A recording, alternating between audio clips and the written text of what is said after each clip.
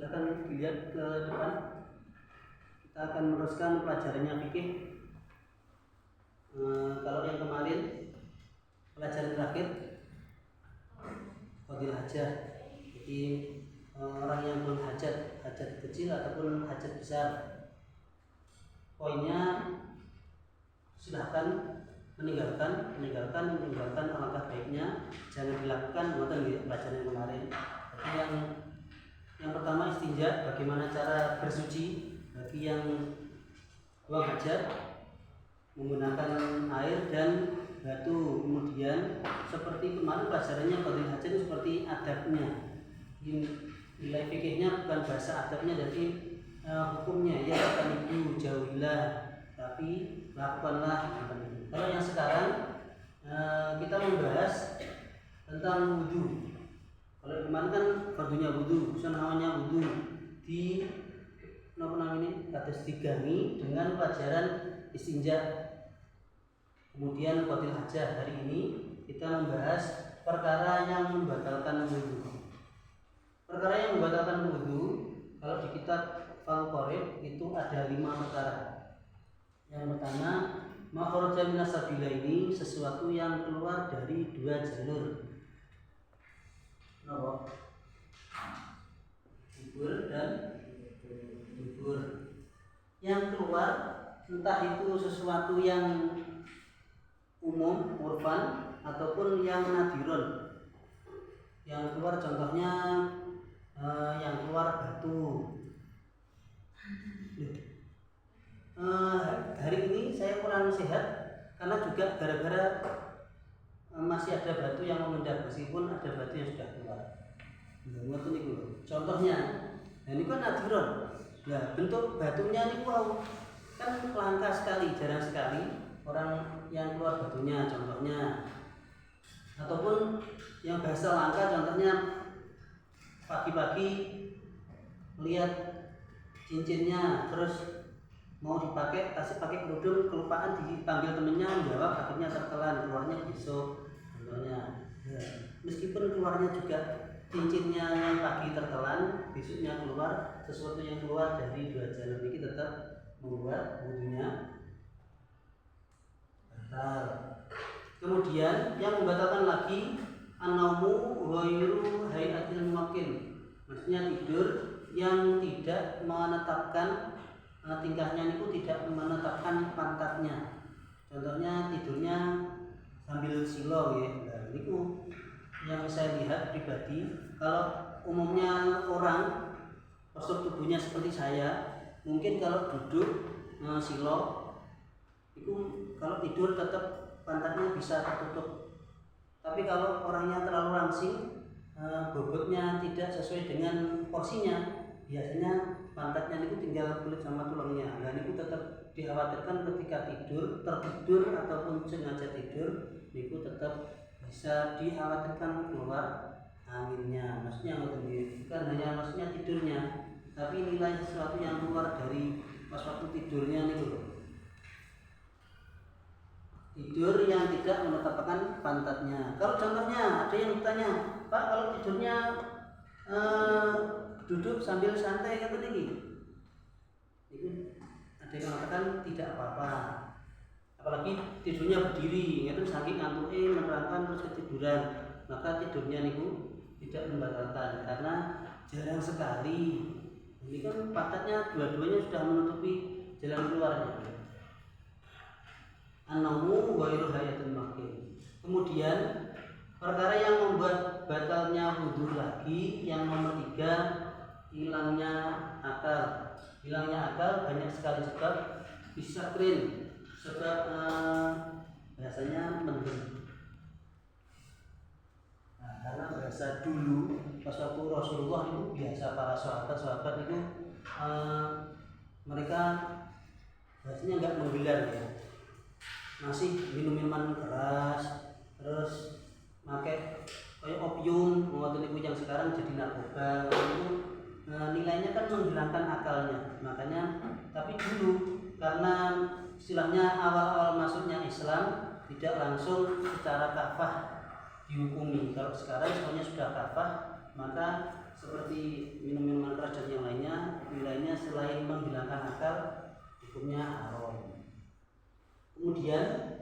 Zawal artinya hilang akalnya lagi disebabkan sakit. Contohnya enten sing panasnya lebih dari 40 akhirnya sampai mengigau, bahkan apa namanya loro sampai pingsan ngoten niku. Enten ta sing lek padunku panas sampai kados step ngoten niku.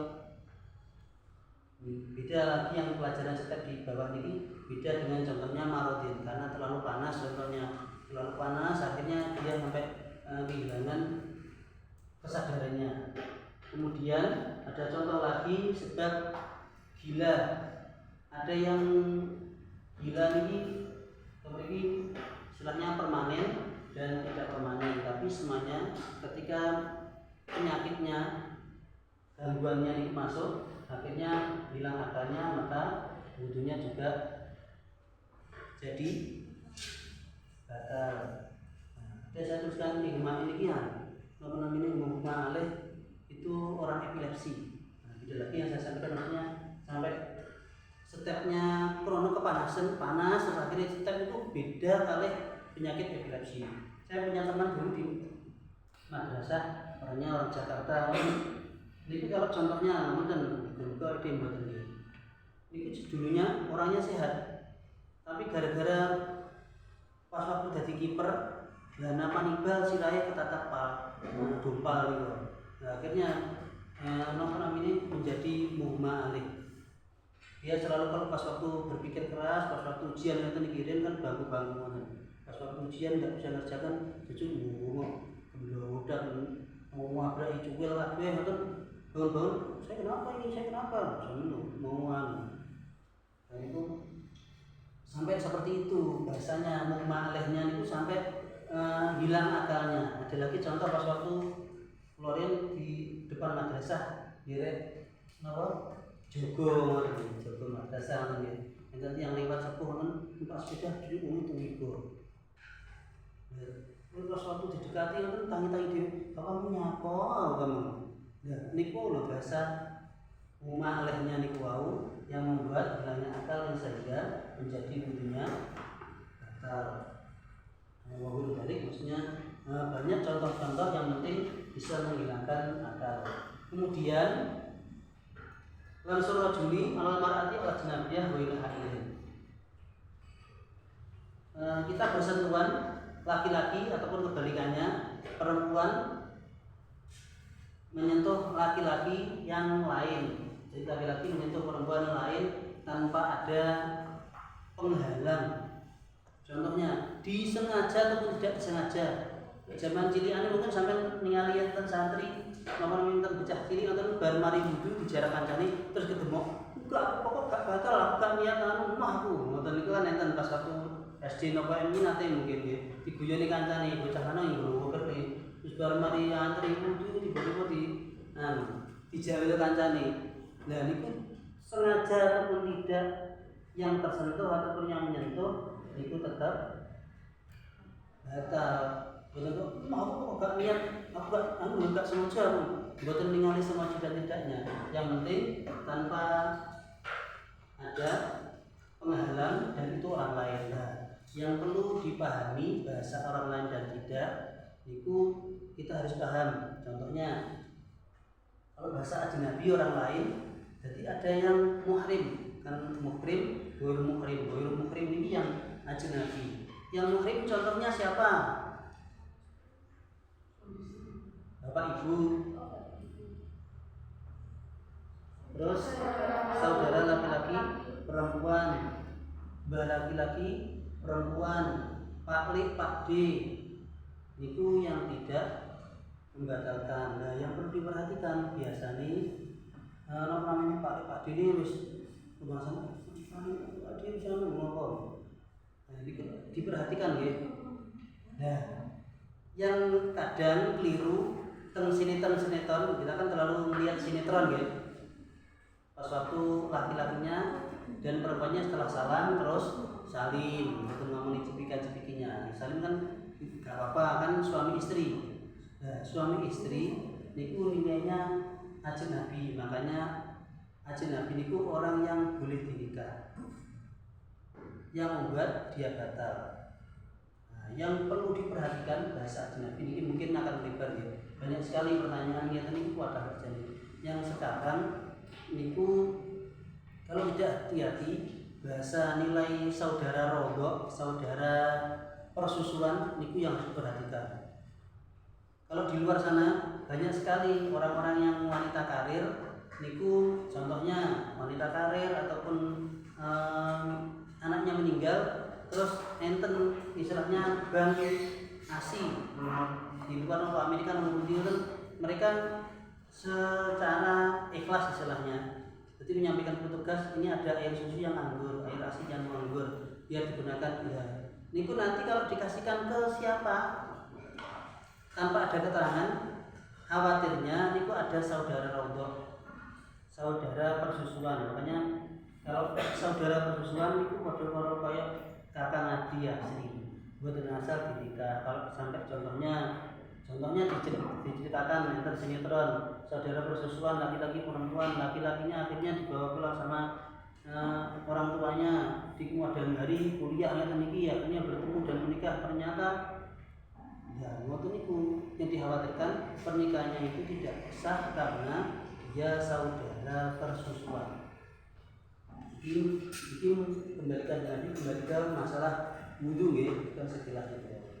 Dan bahasa ajnabi, mahram dan mahram mungkin lain waktu perlu benar-benar disampaikan biar kita tidak salah paham. Yang terakhir, masuk farjil adami bibatul kafi. Nah, jadi bahasanya semuanya kan sudah dewasa, jadi saya penyampaiannya tidak masalah ya. Memegang kemaluannya, memegang kemaluan seseorang menggunakan telapak tangannya seseorang ini dirinya sendiri. Buktinya bahasa ajnabi saja orang lain terpegang itu membuat batal. Ini yang membuat batal wudhu ketika kita memegang kemaluan kita menggunakan telapak tangan. Nah kalau nunggu kebalikannya, contohnya kalau ini kemaluan, contohnya saya pegang sini, ini tidak apa-apa, pegang sini tidak apa-apa. Baru kalau mas kamu itu bahasa ini pokok manten gitu, paham gitu, nggak perlu disampaikan ulang. Dan saya kasih tambahan, di sini ada karena keterangan poli yang terbarukan itu juga ketika memegang filopati duburi, jadi lubangnya anus, bahasa Indonesia lubangnya anus itu juga membatalkan wudhu. Dari keterangan yang membatalkan wudhu ada yang pertanyakan?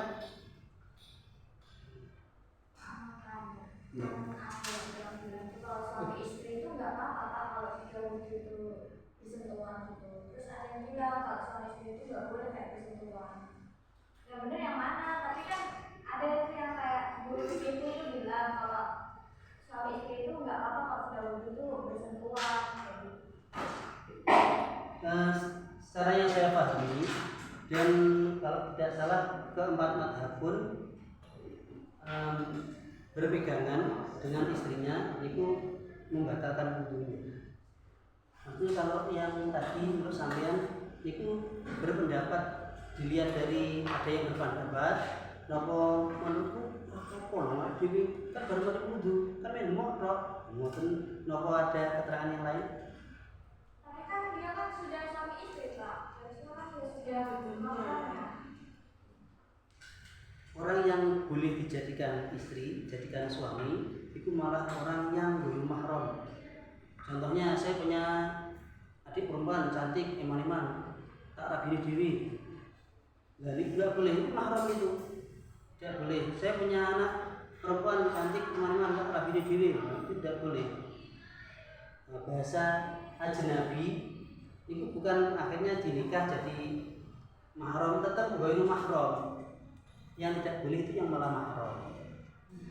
Nah, makanya mungkin di lain waktu bahasa mahram dan ghairu mahram ajnabi ini perlu dibahas sendiri biar lebih paham. Ada yang tanyakan? Enggak?